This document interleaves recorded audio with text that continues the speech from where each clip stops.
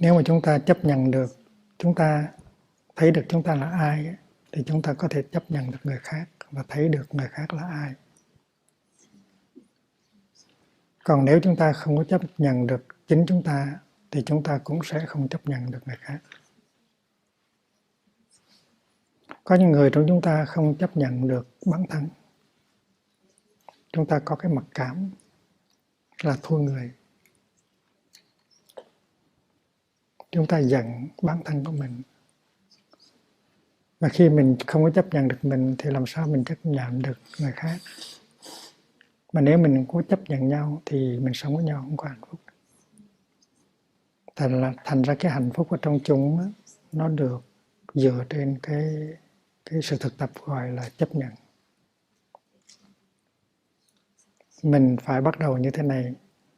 Tôi chấp nhận tôi là như vậy. Tôi là một cái dòng tiếp nối. Tại vì tổ tiên, ông bà, cha mẹ như vậy, cho nên bây giờ tôi như vậy. Tôi chấp nhận hoàn toàn. Trong tôi có những cái tài năng. Trong tôi có những yếu kém. Tôi chấp nhận những cái tài năng và yếu kém đó trong tôi. Nói như vậy không có nghĩa là tôi bất lực. Bằng cái sự tu tập, tôi có thể phát triển những cái tài năng đó. Bằng sự tu tập, tôi có thể chuyển hóa bớt những cái chuyển bớt từ từ những cái yếu kém trong tôi. Nên hai cái đó nó đi đôi với nhau.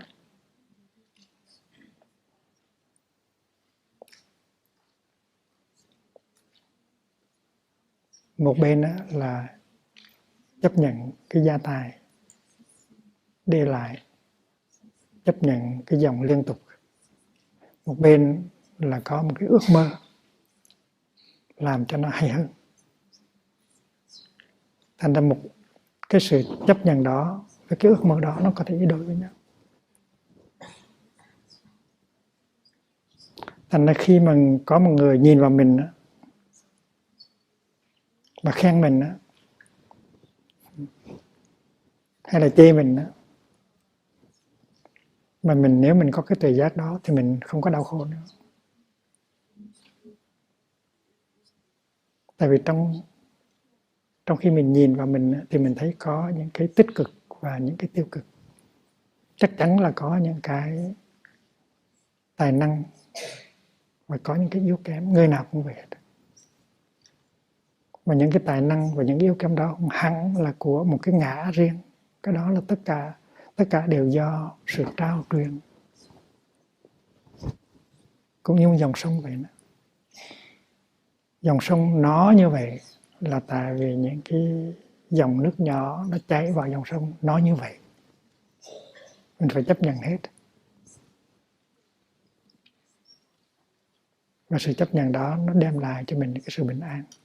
Mình phải chấp nhận rằng mình có những cái đức hạnh, những cái tài năng và những cái yếu kém.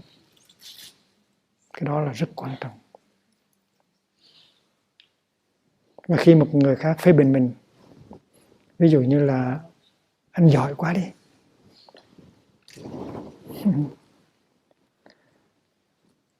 thì mình phải biết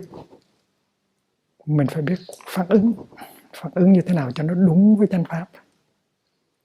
Mình có thể nói rằng bạn nói đúng một phần nào đó. Tại vì trong tôi nó có những cái tích cực thiệt. Nhưng mà bạn nên biết là trong tôi nó cũng có những yếu kém, những cái tiêu cực. Thành ra cái bạn nói đó, cái câu khen ngợi của bạn đó nó chỉ đúng một phần thôi. Và vì vậy cho nên mình thoát ra khỏi cái complex mà cái mặc cảm là hơn người. Nếu không có cái tự giác đó mà người ta cứ tiếp tục khen mình đó, thì mình tưởng mình là ông trời. Cho nên khi mà được một người khen đó, thì trong bụng mình phải nói you are partly right. Tôi có một vài cái tích cực như vậy đấy. Nhưng mà anh không biết đó, trong tôi có những cái tiêu cực nhiều lắm. Thành ra mình cũng có nói ra, nhưng mà mình phải nghĩ như vậy. Khi một người khen mình đó, thì mình phải nói anh nói đúng một phần nào đó thôi. Tại vì anh chưa thấy những cái tiêu cực của tôi.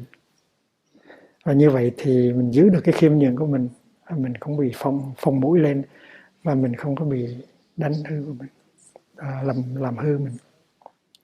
Và ví dụ như có người tới chê anh là cái đồ vô tích sự, anh là người có quá nhiều yếu kém, thì mình cũng vậy. Mình nói người đó nói đúng một phần là thôi, anh nói đúng một phần nào đó thôi. Tôi cũng có những cái đức tính rất là tốt, tôi có những cái tài năng, và khi đó mình đáp lại bằng lời nói hoặc là bằng sự im lặng, nhưng mà trong này phải có cái câu đó. Cái đó chỉ đúng một phần thôi. You are only partly right. Đây là câu linh chú thứ 6.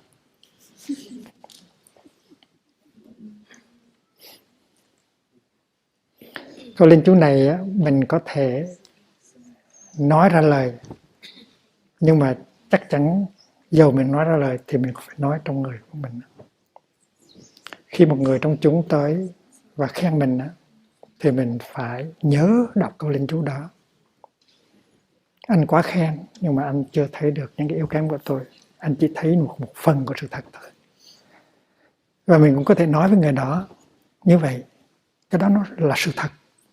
Tại vì mình chấp nhận được mình rồi thì mình có bình an, mình có hòa bình. Và khi mình chấp nhận được mình rồi thì mình có khả năng chấp nhận được người kia. Rất là hay. Mình không đòi hỏi người kia nữa. Mình chấp nhận người đó như vậy thôi. Nhưng mà mình vẫn có sự mong ước là người đó qua sự tu tập có thể phát triển những cái hay cái đẹp nơi người đó, và làm giảm bớt những cái yếu kém của người đó. Nhưng mà cái ước mơ đó không phải là một cái áp lực hay là một cái sự phê phán. Thì tại vì mình đối xử với mình như vậy đó, mình nhận thức là trong mình có những cái tích cực và những cái tiêu cực. Mình chấp nhận hết cả hai cái phần tích cực tiêu cực đó thì mình có bình an. Nhưng mà không có ai ngăn cấm mình có một ước mơ là với sự thực tập này mình có thể làm lớn lên những cái tích cực, và với sự thực tập này mình sẽ làm giảm bớt cái tiêu cực. Thì mình ước mơ cho mình như vậy thì mình cũng ước mơ cho người kia như vậy. Và vì cho nên trước khi phê bình hoặc là la một sư em thì mình phải nhớ như vậy, mình phải chấp nhận cái đó trước. Thay vì nói là sư em vô tích sự thì mình phải nói rằng sư em có nhiều cái hay lắm, nhưng mà cũng có vài yếu kém, thì chỉ muốn là em thực tập như thế nào để những yếu kém đó nó giảm thiểu. Và nói như vậy thì người kia sẽ hạnh phúc hơn. Tại vì trong chúng có những người rất là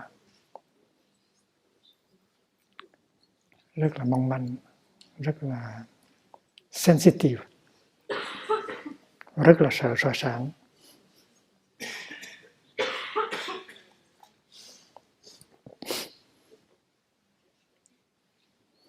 Khi mà mình chấp nhận được mình rồi, mình chấp nhận được những yếu kém của mình rồi, thì tự nhiên mình có bình an.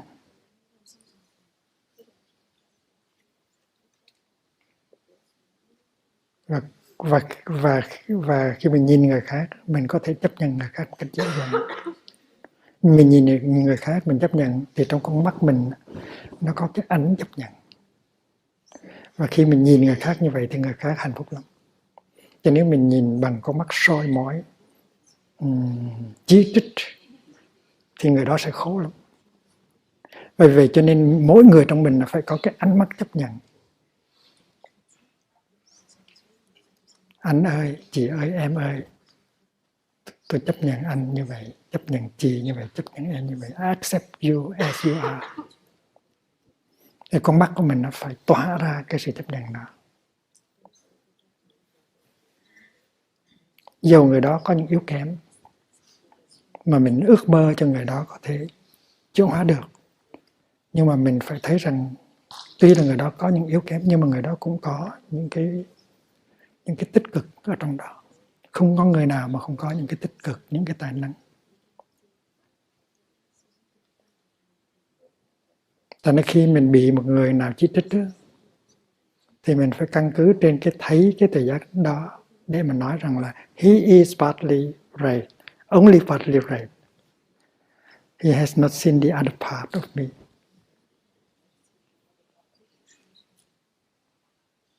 Người đó mới thấy được một phần của mình thôi, người đó chưa thấy hết được mình. Mà sự thật là như vậy, làm sao mình thấy hết được cái người kia được? Chính mình đây mà mình chưa thấy được, làm sao mình thấy được người kia? Cho nên sống trong một cái đoàn thể, mình phải có cái khiêm nhường đó. Mình phải thấy rằng mình không có cái ngã riêng biệt, mình là sự tiếp nối của dòng họ của tổ tiên.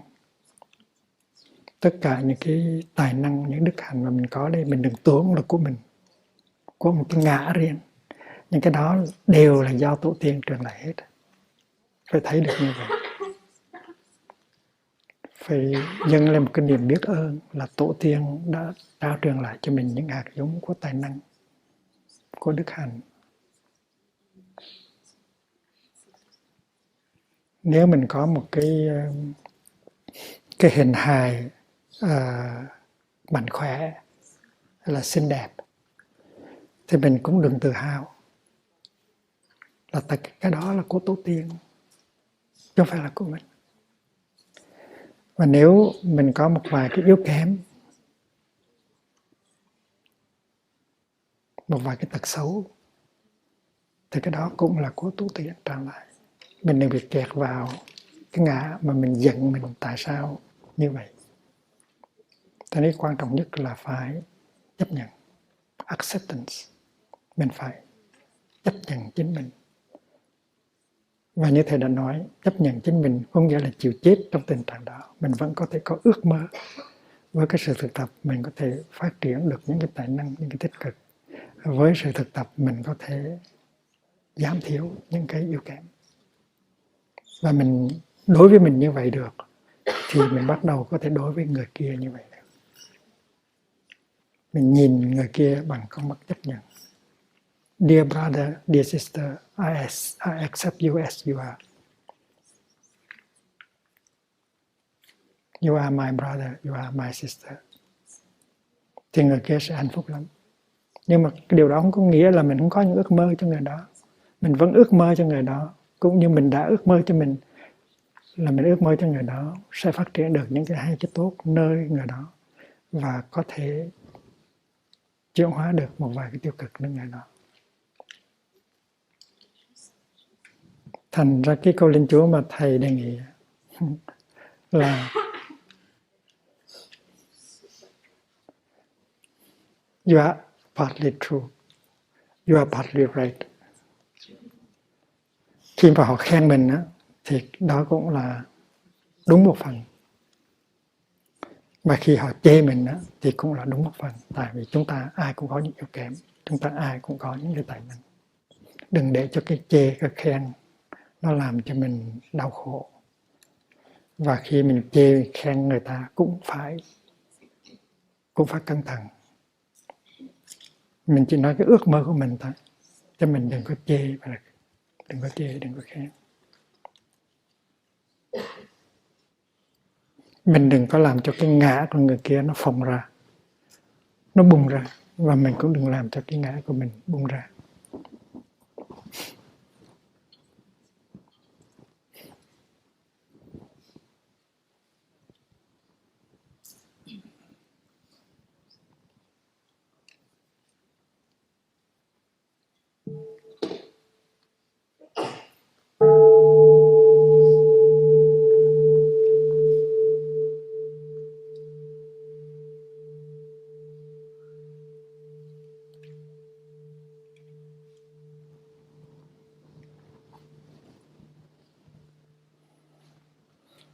Tóm lại á, là mình nói rằng là không có cái ngã riêng biệt này, không có một cái ngã, không có một cái ta riêng biệt,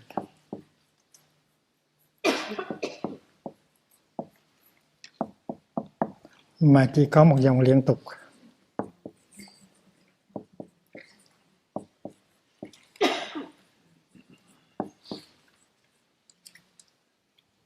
Dòng tương tục.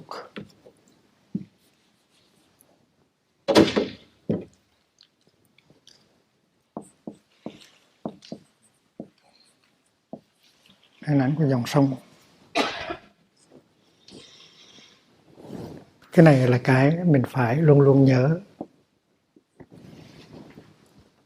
Mình phải nhìn mình như dòng sông, như là sự tiếp nối của tổ tiên, của cha mẹ của ông bà, không phải là một cái ngã riêng. Mình là tổ tiên, mình là ông bà, mình là cha mẹ.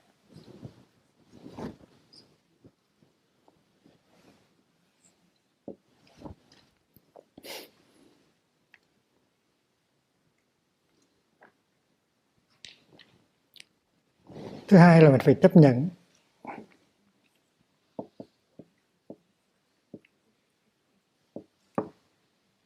tất cả những tích cực và tiêu cực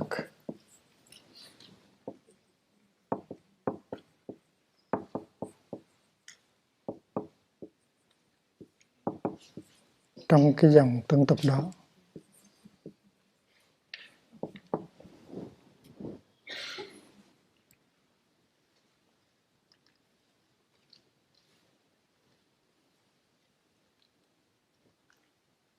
Có cái dòng sông mà nó có nhiều từ những cái dòng khác nó đi tới. Và có khi mình thấy có một dòng sông đang chảy mà có một bên là nước đục, một bên là nước trong.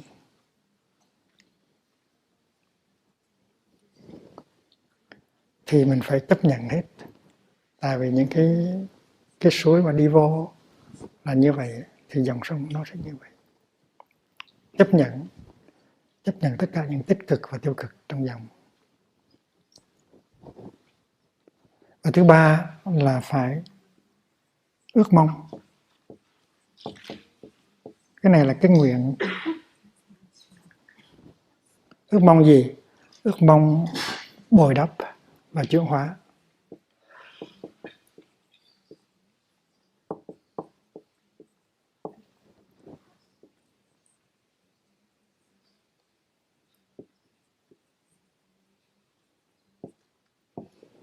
Bồi đắp những cái tích cực đang có trong cái dòng liên tương tục đó và chuyển hóa thanh lọc những cái yếu tố đang còn tiêu cực ở trong mình. Đó là những cái mình làm cho mình.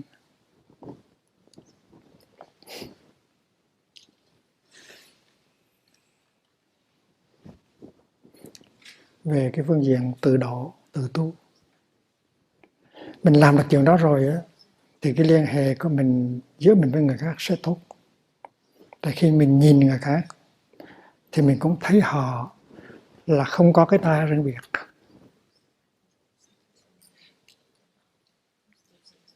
mà họ là cái dòng tương tục. Nếu họ có những cái tài năng đó là do tổ tiên ông bà trao truyền cho họ. Và nếu họ có những yếu kém, những hạt giống tiêu cực như vậy là cũng do dòng họ tổ tiên trao truyền lại. Mình phải chấp nhận người đó như vậy, đừng có đòi hỏi. Và ăn thua là có cái thấy ở trong mình. Khi mình có cái thấy rồi thì con mắt mình đó, nó lộ ra cái vẻ chấp nhận. Dear brother, I accept you as you are. Dear sister, I accept you as you are. Và khi mình nhìn như vậy là nhìn bằng hiểu và nhìn bằng thương. Tại hiểu tức là thương. Mình nhìn người kia mà nhìn bằng con mắt chấp nhận như vậy thì người kia đỡ khổ lắm. Tại vì trong ta có những người, trong đoàn thể của mình thỉnh thoảng có những người nó hơi nhạy cảm, một cái nhìn hơi phê phán là người đó run lên và rất là đau khổ. Và đôi khi mình không có phê phán nhưng mà người kia tưởng là mình phê phán. Giống như một con chim mà đã từng bị một mũi tên rồi thì thấy cái cây cong cong tưởng là cái cung đang nhắm bắn mình. Và vì vậy cho nên phải cẩn thận. Đau khổ lắm. Vì vậy cho nên mình phải biết nhìn bằng con mắt chấp nhận. Phải nhìn bằng cái con mắt từ bi. Và chúng ta hiểu rằng cái hiểu nó đưa tới cái thương. Mình muốn thương nhưng mà không hiểu làm sao thương được. Mà hiểu đây là cái thấy. Thấy cái gì? Thấy rằng người đó không có cái ta riêng biệt, người đó chỉ là một cái dòng tương tục thôi. Và người đó đã tiếp nhận được những cái tích cực và tiêu cực từ quá khứ. Thì mình phải chấp nhận xứ em mình như vậy. Mình phải chấp nhận xứ anh, xứ chị mình như vậy. Và mình nên nói ra.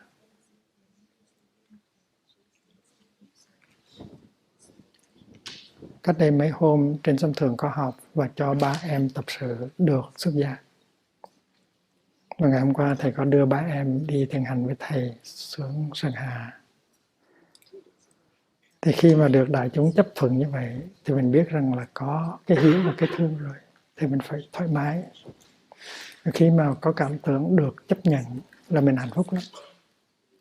Vì vậy cho nên mình phải tập nhìn tất cả những người ở trong chúng, trong đại gia đình của mình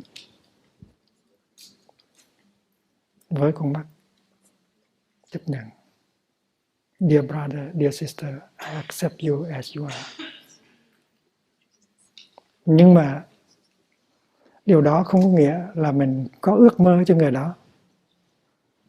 Mình ước mơ thì mình nói rằng này sư em có những cái tích cực mà sư em có thể nên giữ gìn, nên bồi đắp để cho sư em có thêm hạnh phúc mà chúng có hạnh phúc. Sư em có một vài tiêu cực, sư em có thể nhờ chúng là tự lực và nhờ chúng tìm cách để chuyển hóa từ từ để cho xem có hạnh phúc thêm và chúng cũng có hạnh phúc thêm. Mà nếu mình nói được và nhìn được bằng con mắt như vậy thì vị kia sẽ không có đau khổ. Và cái phẩm chất an lạc hạnh phúc trong chúng nó sẽ được nâng cao.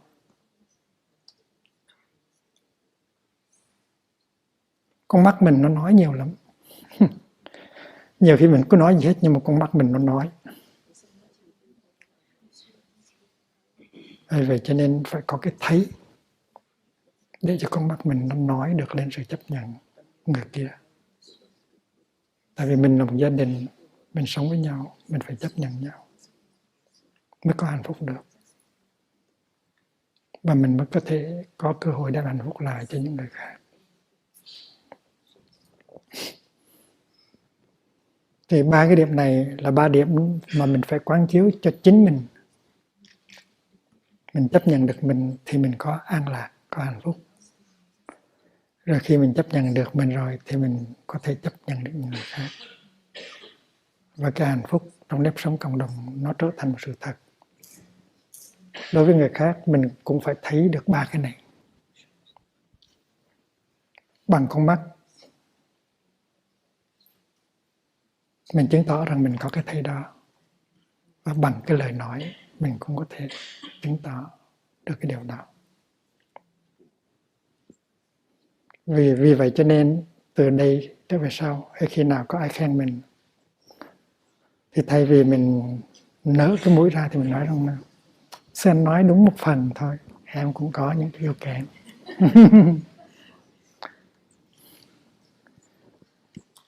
Rồi khi nào người kia chê thì nói sư chị nói cũng đúng một phần thôi, tại vì em đâu đến nỗi hoàn toàn như vậy, em cũng có những cái tốt chứ. Đó là sự thật thôi. Thì đó là câu linh chú thứ 6. mà mình có thể thực tập bằng sự im lặng, và nó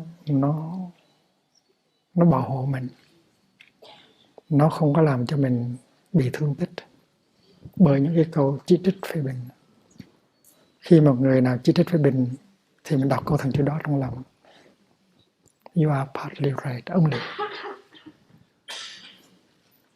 Anh đúng một phần thôi, chỉ đúng một phần thôi. Và trước khi mình khen một người và mình chê một người thì mình biết rằng người đó sẽ đọc câu đó, thần chú đó ở trong lòng. Thành ra mình phải cẩn thận. Người đó sẽ nói You are partly, only partly right.